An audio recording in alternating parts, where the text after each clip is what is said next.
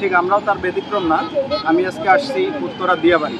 So আমি কিন্তু আছি বোর্ডের উপর, বাট রাইট নাও মনে হচ্ছে আমি পানির উপর দাঁড়িয়ে আছি। লিটারালি আমার মনে হচ্ছে আমি কোনো একটা নৌকার শহরে আছি, চারদিকে শুধু নৌকার মানুষ। তো দেখতেই পাচ্ছেন আসলে এটা প্লাস্টিকের একটা বোট। এই বোটটাতে এইভাবে দাঁড়াটা খুবই একটা রিস্কের বিষয়।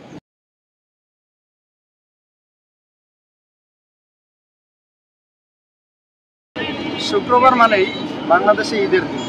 শুধু বাংলাদেশে বললে ভুল হবে, ঢাকা শহরে আরও বিশেষ করে শুক্রবারটা অনেক উৎফুল্লতার সহিত মানুষ কাটায়।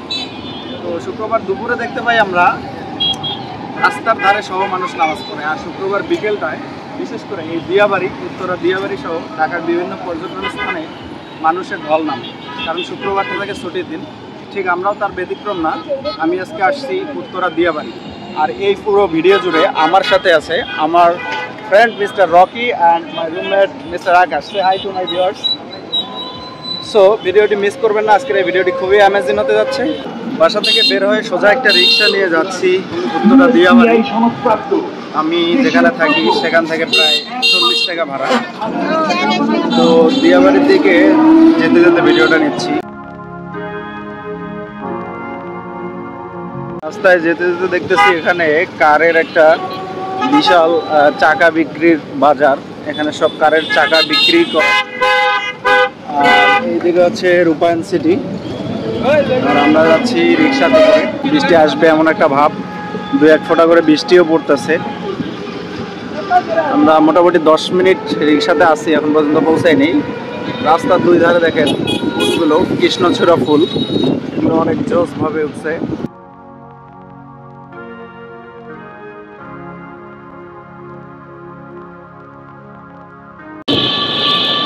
প্রায় 15 মিনিট রিক্সায় বসে উত্তরা উত্তর রেলওয়ে স্টেশন আসলাম।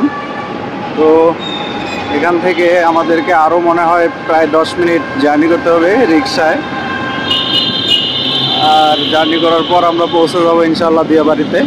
ঢাকা শহরের রিক্সা অথবা বাসে আপনি যেখানেই জার্নি করেন না কেন, একটা সুপরিচিত জিনিস এবং খুবই বিরক্তিকর এবং ভালো লাগার জিনিস হচ্ছে ঢাকা শহরের ট্রাফিক জ্যাম। দেখতেই পাচ্ছেন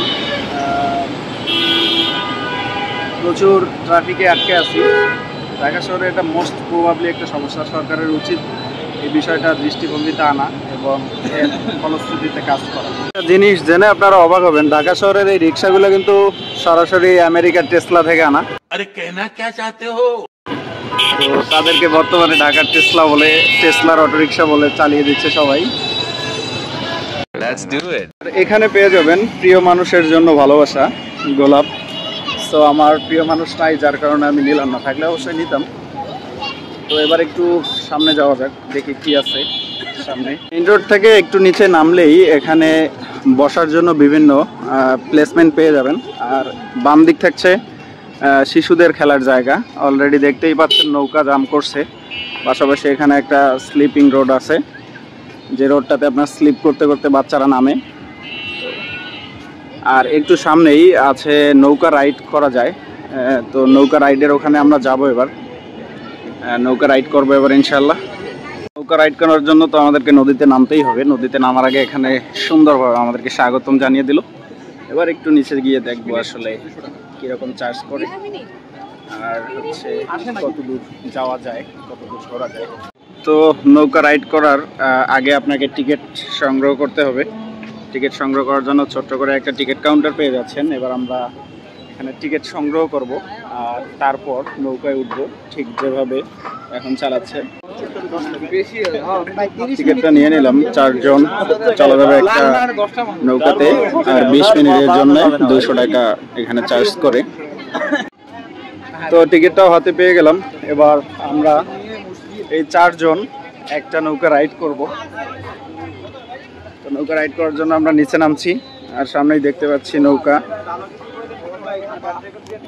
কি বলবো, আপনি বলেন, আপনি বলেন। আচ্ছা, ধন্যবাদ। তো এখানে একটা সিট পেয়ে যাবেন অনায়াসে 4 জন বসার জন্য।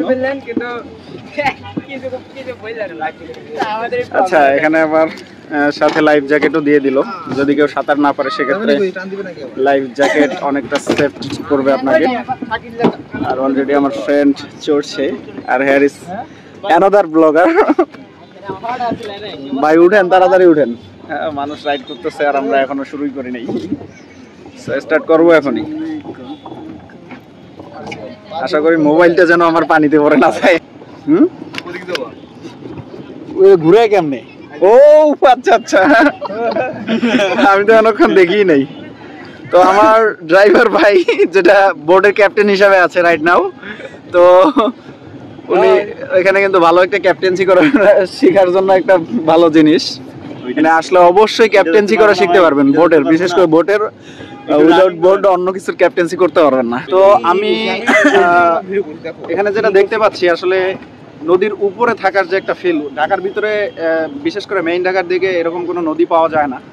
তো এটা একটা ছোট বিল, নদী না, কিন্তু দেখেন হাজার হাজার মানুষ নদীতে নৌকা নিয়ে ঘুরছে এবং বোট রাইড করতেছে।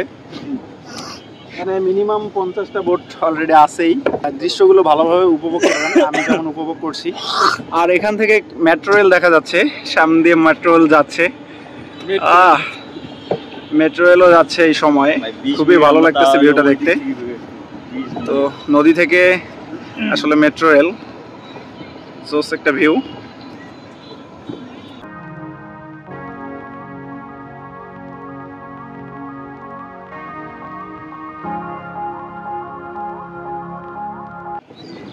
তো দেখতেই পাচ্ছেন আসলে এটা প্লাস্টিকের একটা বোট। এই বোটটাতে এইভাবে দাঁড়াটা খুবই একটা রিস্কের বিষয়। তবু আমি রিস্ক নিয়েছি, কারণ আমি রিস্ক নিতে খুব ভালোবাসি আর অ্যাডভেঞ্চার প্রেমী। ইতিপূর্বে এখন পর্যন্ত অ্যাডভেঞ্চারের কোনো ভিডিও দেখেননি, কিন্তু পরবর্তীতে অবশ্যই অ্যাডভেঞ্চারের ভিডিও দেখবেন আর আমার এই চ্যানেলে। আমরা কোথায় যাচ্ছি?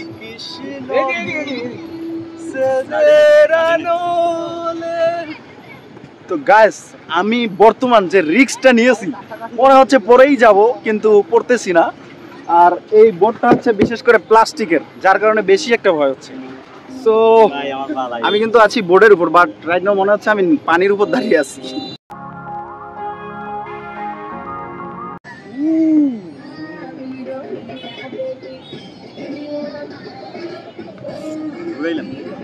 এখানে আসতে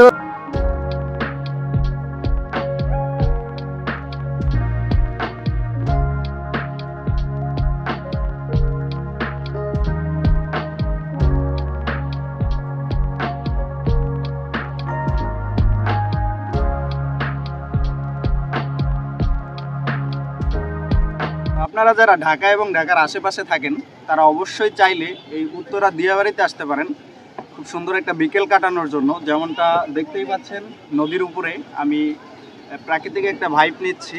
তো এটা মিস করতে না চাইলে অবশ্যই আপনাকেও আসতে হবে উত্তরা দিয়াবাড়ি।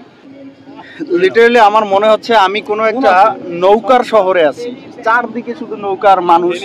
ইতালির ভেনিসে এরকম একটা বাজারই আছে, যে বাজারে হচ্ছে মানুষ নৌকা দিয়ে যায় মালামাল বিক্রি করার জন্য এবং নৌকা দিয়ে মালামাল কেনার জন্যই যায়। ঠিক সেরকম একটা ভাইব এখানে পাচ্ছি, কারণ চারিদিকে নৌকার মানুষ। মানুষকে দেখে মনে হচ্ছে এটা নৌকার একটা শহর। দেখেন চারদিকে শুধু নৌকা।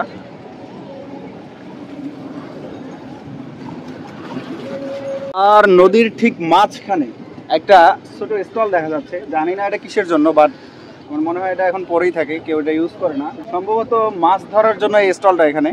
এখানে সাধারণ মানুষ বা ট্যুরিস্ট এটা ইউজ করে না, এটা সাধারণত জেলে এবং মাছ ধরার জন্য যারা এখানে আসে তারাই এটা সম্ভবত ইউজ করে।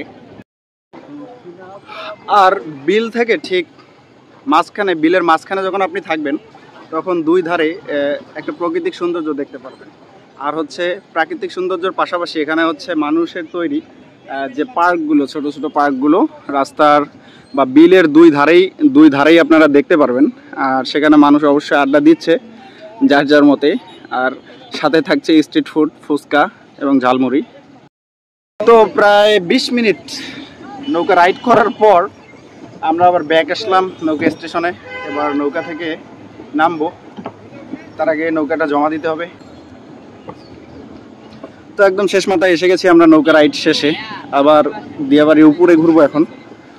তো দিয়াবাড়ি আসার পর ফার্স্ট ট্রিপটা ছিল আমাদের এখানেই, নৌকাতেই। তো এখানে আবার তো এখানে কিন্তু আমরা প্রফেশনাল ক্যাপ্টেন কেউ না, আর আমাদেরকে ভাই অলওয়েজ হেল্প করতেছে। তো ভাই আপনার নাম জানি কি? ভাইয়ের নাম হচ্ছে শাকিল হাসান, আপনারা এখানে আসলে ভাইকে দেখতে পারবেন। সো এবার আমরা নামলাম আসলে নৌকা থেকে। আর নৌকাটা প্লাস্টিকের হওয়ার কারণে একদিকে ভর বেশি হলে অন্যদিক থেকে পড়ে যাওয়ার চান্সটা অনেকটা আসলে বেশি। তো আমাদের নৌকার জার্নিটা এখানে শেষ হলো। এবার আমরা একটু উপরে ঘুরবো। এখানে শুধু নৌকাই না, আরো অনেক ঘোরার স্পট আছে। তো দেখতে দেখতে আসলে সন্ধে হয়ে গেল, যার কারণে আর ভিডিওটা লঙ্গার করছি না। তো আজকের ভিডিওটা এখানেই এবং এ পর্যন্তই ছিল। ভিডিওটি ভালো লাগলে লাইক কমেন্ট শেয়ার করবেন, আর দেখা হবে পরবর্তী কোনো ভিডিওতে। ততক্ষণ পর্যন্ত সুস্থ থাকবেন, ভালো থাকবেন, আল্লাহ হাফিজ।